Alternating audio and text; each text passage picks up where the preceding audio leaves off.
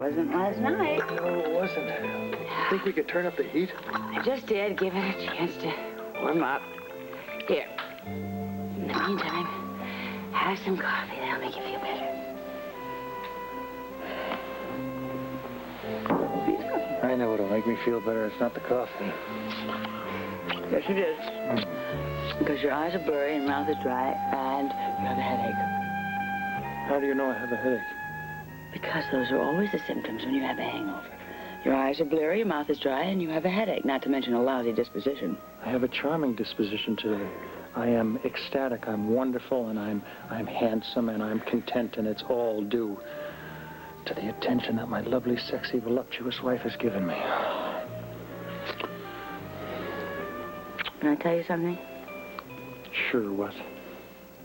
Well, last night, when you were drunk, I told you you were adorable. However, in the cold, clear, hungover light of day, I still think you're adorable. Really? In spite of my bleary eyes and my dry mouth? Well, I don't know what to do about your blurry eyes, but I have a good idea what to do about your mouth.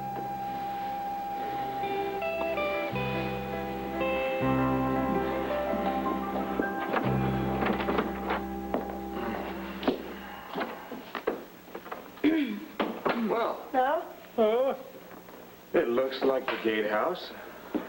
Smells like the gatehouse.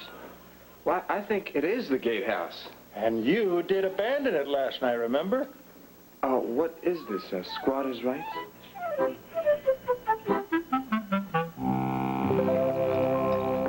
not the size of a man's home, it's what he makes of it. Size certainly helps. You've got to admit that. Pass the milk. You know, I know where this is coming from. Last night's tour of the mayor's mansion. All right, it's big. Big. Honey, it's king size. Did you see the living room? How about that bedroom? The bed alone could house a family of 4. Not everyone can live in a mansion. Yeah, and not all of us can live in a closet. Please pass the butter.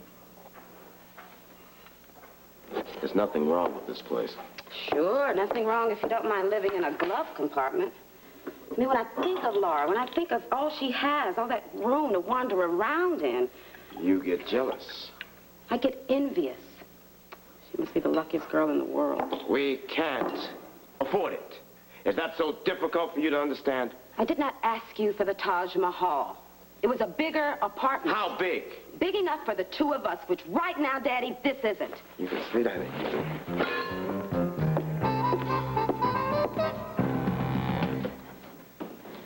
Come on, Celia, I don't want to be late.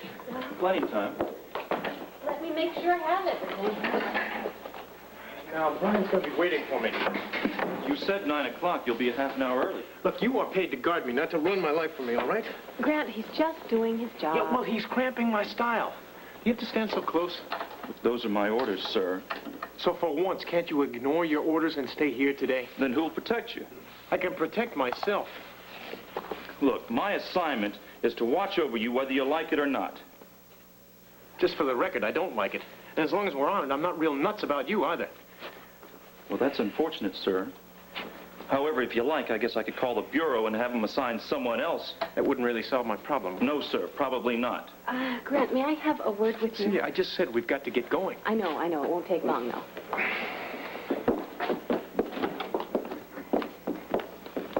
No, I can take over from here. Thank you.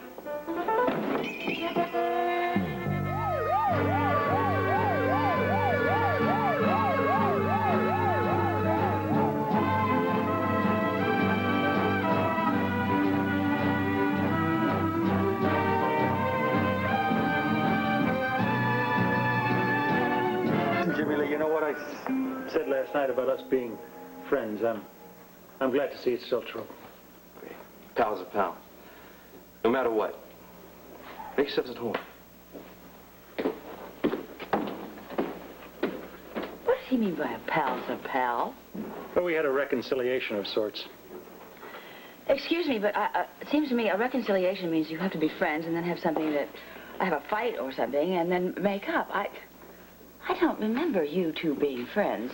Well, we never really knew each other, really. Men are incredible. Mortal enemies, then you get drunk together and you're buddies for life. You wouldn't understand, Monica. Oh, don't give me that line. No, really, Come no. on. Listen, you gotta try to understand that men have the same kind of miseries as women do, and sometimes it takes getting drunk to find that out. And then along the way, you realize it takes so much effort to fight. It's easier to be friends sometimes. Kind of like us, huh? You gotta admit, last night was very special, friend. It was very special, friend. I would just hate to think that we could never fight again. Oh, we'll work that out. Don't worry. Oh, thank you. What a relief. Well, I think that we better pack up our tents and we better go because I sure don't want to be here again when he comes down. Yep, back to the world of reality. You on the morning shift today, too? Late morning shift. I don't have any appointments until noon. Me either, which is going to give me time very nicely to look in on Alan Jr. and Jason. Listen, you have not forgotten about Alan Jr.'s birthday. No. Got to do something special. You know what? He's due for a couple of more little cars on this train. And by the way, I saw the latest engine for his train. Now, would you mind very much if I laid just a little bit more track in the living room this year? Come on, are you kidding? The children will love it. The children? That would really be wonderful, Monica, if you allowed Jason to share in the holidays. Look, that was just a slip. That doesn't necessarily mean anything. Yeah, but, I mean, maybe you're self-conscious, Monica. No. No, you see, I opened my mouth and the wrong thing fell out. Now, don't make a big deal out of it, okay? No, Monica, I'm just hoping against all hope maybe that... No, well, go ahead and hope. In fact, if you're hoping so much, why don't you just hope that you can get this necklace on me, okay? Here you go. Hold your hair up. Now hold it up.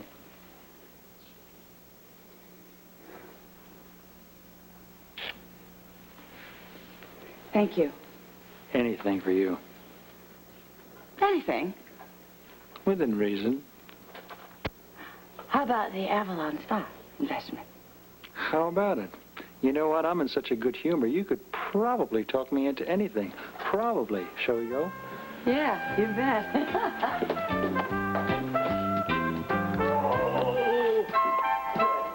Money. It's money. Is that all you can think about? Why are you turning this around on me? I didn't bring this up in the first place. I said we need a bigger place. And what if I said I don't want to talk about it? Then we'll argue about it. What if I said I don't want to argue about it? Then I'll go elsewhere. Elsewhere usually means you're going to go back to your parents. Now, I've told you once, and I'm not going to tell you again. We're not going to your parents for financial help. I never said we had to. Then what's the problem? But it's been from the start. It's this place, honey, and it's too small. Look around you. At best, it's a glorified shoebox. Shoebox? Yes. Glorified shoebox. Glove compartment. You know, what's going to come up next? That I'm not a good provider? You're a one. He's driving me crazy. I realize he's supposed to protect me, but he's the size of a billboard. People are never going to forget as long as I've got him hanging around with me. Well, considering the alternative, that something might happen to you, I'd say we keep the billboard. Try to live with him following you everywhere you go. It's not easy. Grant, just a little while longer, just until we're sure that all this is blown over. That could be sometime. Maybe. Easy for you to say. You don't have to live with it day in and day out. Don't I? I have to live with you going outside this door knowing Lord knows how many factions are out to kill you. I have to live with just as much as you have to live with and more. No, not quite. You don't have to live with the possibility that you could be killed. Well, you don't either. Just keep the bodyguard. Please. All right. All right, a while longer. But no guarantees. I'm not asking for any. We've got to get going. Where are you working today? ELQ. If you could see the mess that Heather made, you'd die. I'm so sorry. Thanks a lot. Let's get out of here before I put my other foot in my mouth. All right, let's go, Tiny. Like it or not, my wife insists you stay. A good choice, sir. Cocky, too. For good reason. Well, what's that? You got a good track record? I've never lost a customer. Not yet, anyway.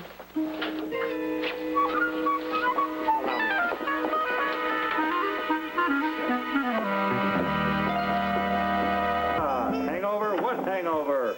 Oh, well, you have a clear head. Goody. Why? Well, now I can ask you all the questions I asked you last night and see if they're still the same answers today. Save your breath. Anything that I said in the throes of drunkenness, passion, or whatever still count. Oh, well, how generous of you. Uh-oh, what did I give away? Well, I will let you know when the time's right. Oh, dear, now you got me worried, Monica. Oh, come on, I'm only kidding. Say the same thing you always say. You promised undying devotion and how much you love me. It's the same thing you always say when you're drunk. And, of course, you didn't take me seriously, did you? You're kidding. It's always a good giggle. Dr. Mrs. Quartermain, you're up. Well, I didn't save you any breakfast. When I knocked on your door and you didn't answer, I just assumed you'd gone to the hospital. Earplugs, Stella. Earplugs. It's the only way you can get a Good. whole night's sleep in this house. Oh, I'm so sorry. Next time, tell me and I won't disturb you. Oh, don't you worry about it, Stella. Next time, there won't be a next time. You just knock all you want to, and we promise we'll answer. Oh, I thought I heard voices. Good morning, Mother. Well, you two were certainly up late this morning. I'll assume that means you had a good sleep. Wonderful. Like babies. Oh, I bet Mrs. Quartermain wishes she could say the same thing. Oh, why, Lila? You had a bad night? Ah, just a little tossing and turning, dear. Nothing to be alarmed about. She's worrying about your father. Oh, now, Stella, I told you we didn't want to talk about it. Father? She's been a basket case. That's ridiculous, Mother. Father is safe and sound in his office in London. He's not? I tried calling his office twice yesterday. And twice this morning. Well, somebody had to answer. Well, I talked to both the receptionist and his secretary. Neither of them have the foggiest of ideas where he is. I'm afraid, Ellen, that quite literally your father has vanished. Scrambled loose just the way I like them. Well, it's been so long since you've been in, I'm surprised I remembered. Oh, I need a change. Oh, what are you telling me? Claudia's cooking isn't good enough for you? Let's just say I can't handle the kind of breakfast she's dealing out these days. Well, enjoy. Morning, folks. Hi, Fred, how Cal. are you? I'm fine, thanks. Have a seat. Can I get you something to eat? Just some coffee, please. How about you? Same for me. All right, on its way. Well, pal, you ready to go? Am I ever? Brian, I really appreciate this opportunity you're giving me. Oh, listen, you can't be more appreciative than I am. You can't believe how backed up I am. In doctor talk, a bad case of case overload. It's the same kind of talk in social work.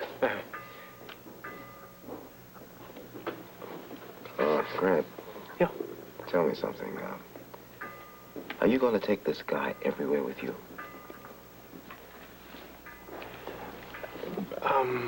For the time being, I'm afraid, yes. Even on your cases? Brian, I have to. Grant, I don't know. No, wait, he's quiet. He stays in the background. Nobody will even notice him. These people will. Excuse me. Thanks, Rosie. What do you mean they'll notice? I mean, there's a lot of fear out there. The kind of fear that breeds antagonism, especially toward any kind of authority figure. That doesn't wear a uniform. He carries a gun. How did you know that? The way he sits, the way he handles himself. Now, he may not be a cop, but to these people, he's next to the worst thing. And if you're going to get these people's trust, this guy is not going to get for you. I'll explain to them who he is and why he's with me. If they don't trust him, they're not going to trust you. I suppose you're right. Look, I'll work it out somehow. How? I don't know. I'll leave him in the car or something. They won't even know he's there. All right, but handle it any way you want, but don't say I didn't warn you. Deal. Now, what's my first case? Mrs. Escobar, she has a complaint about her daughter. Yeah? Anything specific? Well, she can't seem to get the girl out of the house. I mean, I've called the school. They can't figure it out, and the girl's not saying anything, so I guess you're going to have to ask the family yourself. Fine. Are they expecting me? Well, we couldn't nail down a time, but we do know Mrs. Escobar works around noon because she works at the Waterfront Bakery at night. All right. Is the address here? Right on the front page. I'm sorry. I should have noticed. Brian, I've got a couple of stops I have to make, but I will be there at noon. Okay. Hey, whoa. Al, this is on me. This is on the department. I mean, if I can't pay you a salary, the least I can do is take care of the tab. I'll make it worth your while. I know you will. Good luck out there. Thanks.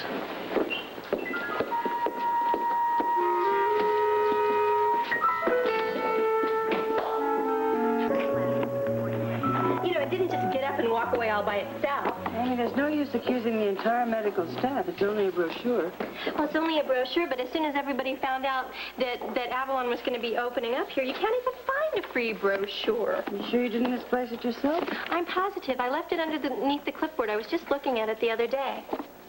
You know this place, Jesse? It's going to have the newest weightlifting equipment, saunas. They're going to have people that do your hair, your makeup. They're going to sell clothes. This is really going to be a glamorous spa. I'm not interested, so take me off your list of suspects. Suspects. Now, I think I gave it to Audrey to look at. And after that, I handed it to Monica. And after that, I don't know. I do. You put it right back under the clipboard. Yeah, and then somebody probably saw me stick it there, and they came by and they took it away. Amy, you're doing it again. You're taking something small and making it out of all proportion. I just want my brochure. What brochure? Monica. That's my name. I am missing my brochure for Avalon. Now, I don't think that you would take it or steal it or anything like that. I mean, we all know you could afford to buy your own spa, but This is very interesting. You must have read my mind. I wasn't trying to. No, I just said, we have been thinking of investing, at least in part, with one of the spas. Sounds like a good idea, doesn't it, darling? No comment. Jesse, I'm expecting a call from England. If I get it, will you please put it through? I'll be in a clinic meeting. Thank you. All right, sure. You guys are really thinking of investing in that? Oh, I'm working on it. Then you read the article in the paper this morning? What article? I haven't even, matter of fact, I haven't seen a paper this morning. Well, there's one right here. Oh, right there. Main desk, Mrs. Brewer. Oh, yes. Yes, hold on. Alan, the call from England. Oh, thanks very much, Jesse. Wheelchair staff. Orderly to the 7th Hello? floor with wheelchair staff. Mother? Where are you? Mother is worried sick, aside from being suspicious. You're where? What are you doing in Brighton in the dead of winter? Are you serious? This is a disaster. I know you realize it. I'm just beginning to. Listen, you are going to have to phone me every day if necessary. I've got to know exactly where you are and what's going on. Okay. All right, thanks, Mother. Bye-bye. Unbelievable. I'll say it is. Look, you've got to see this. Alan, you've got to see. I'll give this right back to you, Amy. It's all yours. Monica, you got to listen to me. No. You have to listen to me first. Look at this. They are sending the president of Avalon, Lenore Sharp or something like that. I don't know. She's sending a assistant here to acquaint everybody with what's going on. Alan, this is our chance right now. Monica, will you stop thinking about that damn spot for 2 seconds? We have got real problems. Does this have something to do with Edward's call? It certainly does. Oh. He can't find Beatrice, Monica. He had traced her from Knightsbridge all the way to Brighton, and she's not there. Okay, then it's a dead end. It's not a dead end. She left a following address. That's where he just phoned me from the train station. He's on his way to Bath. Bath. 2,000-year-old natural spa. Do you realize that? You knock it off and stop making jokes about that stupid thing. Monica, my father is in a panic. So are you, and I wish you'd pull yourself together. I am not going to be able to pull myself together until he finds that woman. Listen, I got to tell you something. I'm almost certain that woman is bent on destroying this family. And I am certain that as long as this woman is not in Port Charles, we are all safe. How do we know that Port Charles is not her next stop? What would we do then?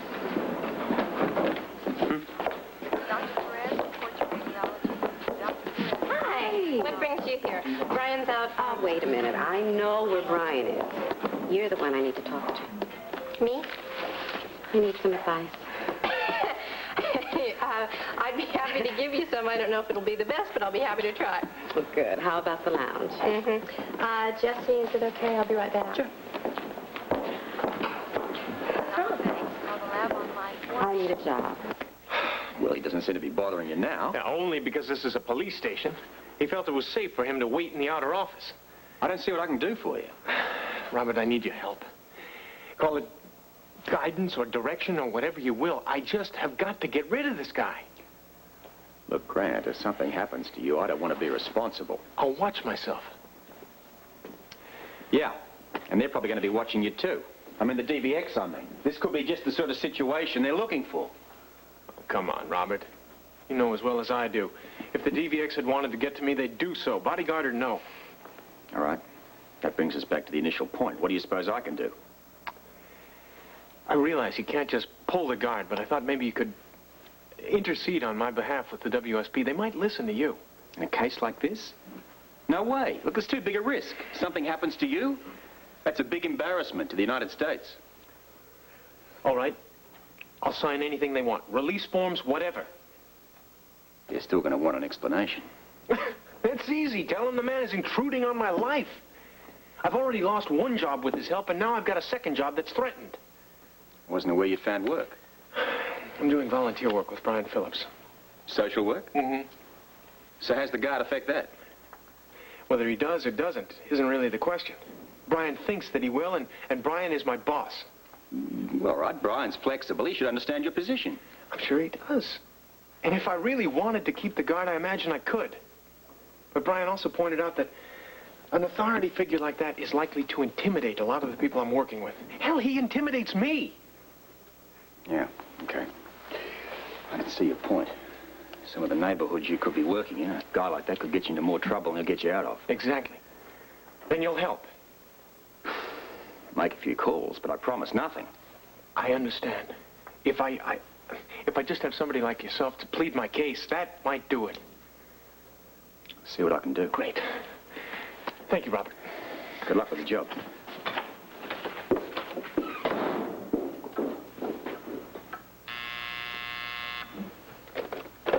Sergeant, this better be the Cassadine call. Good. Put it through. Helena. Robert Scorpio. Look, I'm afraid I've got some bad news for you. Stavros Cassadine is dead.